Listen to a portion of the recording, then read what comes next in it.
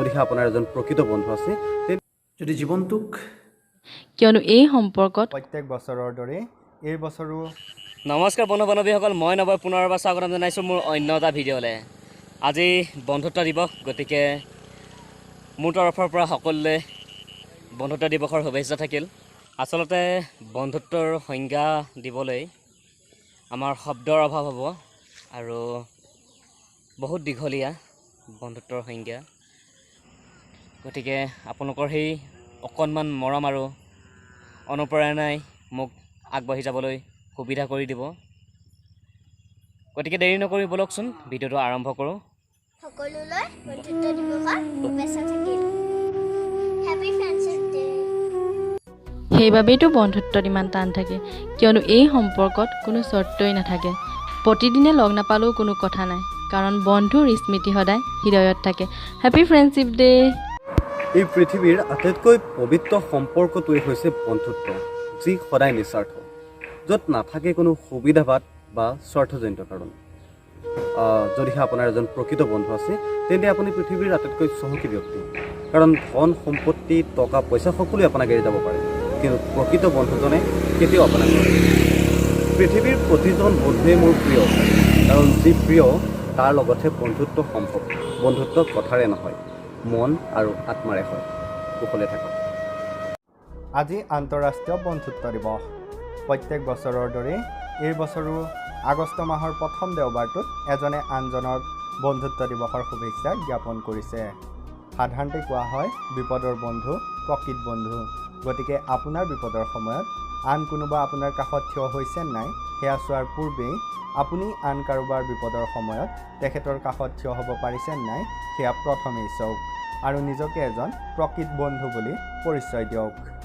আন্তঃৰাষ্ট্ৰীয় বন্ধুত্ব দিৱস কেৱল মাত্ৰ ব্যক্তিবিশেষৰ মাজতে সীমাবদ্ধ হৈ নাথাকি উত্তৰ পূৰ্বাঞ্চলৰ ৰাজ্যসমূহৰ বন্ধুত্বৰ এনাজৰীডালত যি ঘূণ লাগিছে সেই ঘূণ আঁতৰ হওক আৰু আগতকৈ অধিক বন্ধুত্বৰ এনাজৰীডাল মজবুত হওক, এই আশাৰেই আন্তঃৰাষ্ট্ৰীয় বন্ধুত্ব দিৱসৰ শুভেচ্ছা সকলোলৈকে জ্ঞাপন কৰিছোঁ। সাগৰৰ দৰে গভীৰতা, আকাশৰ দৰে বিশালতা, শিলৰ দৰে স্তব্ধতা আৰু নদীৰ পানীৰ দৰে উদাৰতা, আৰু এয়াই হ'ল বন্ধুত্ব।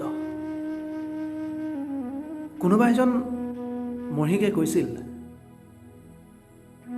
যদি জীৱনটোক তুমি দুদিনীয়া বুলি ভাবা তেন্তে জীৱনটোক তুমি দুটা পৃষ্ঠাৰে ভগাবা।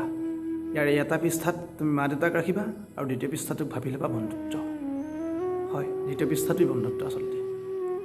গতিকে বন্ধুত্বৰ ওপৰত ডেফিনেশ্যন দিয়াটো খুব কঠিন আৰু আমি দিব নোৱাৰোঁ।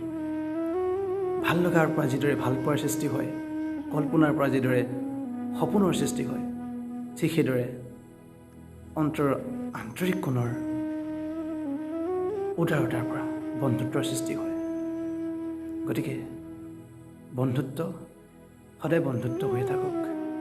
বন্ধুত্বৰ আজি এই পবিত্ৰ দিনটোত মই সকলোলৈকে বন্ধুত্ব দিৱসৰ আন্তৰিক শুভেচ্ছা জ্ঞাপন কৰিছোঁ।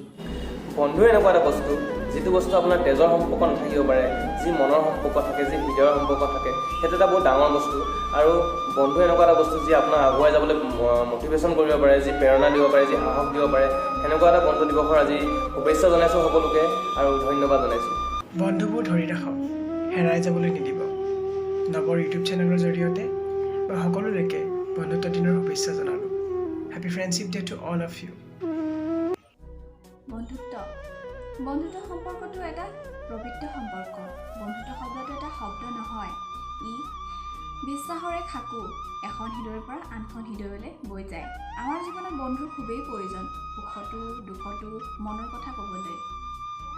বন্ধুৱে কেতিয়াও নিসংগতা অনুভৱ কৰিবলৈ নিদিয়ে। বন্ধুৰ কথা ক'বলৈ গ'লে শেষেই নহ'ব। যি কি নহওক, সকলোলৈকে বন্ধু দিৱসৰ শুভেচ্ছা থাকিলে।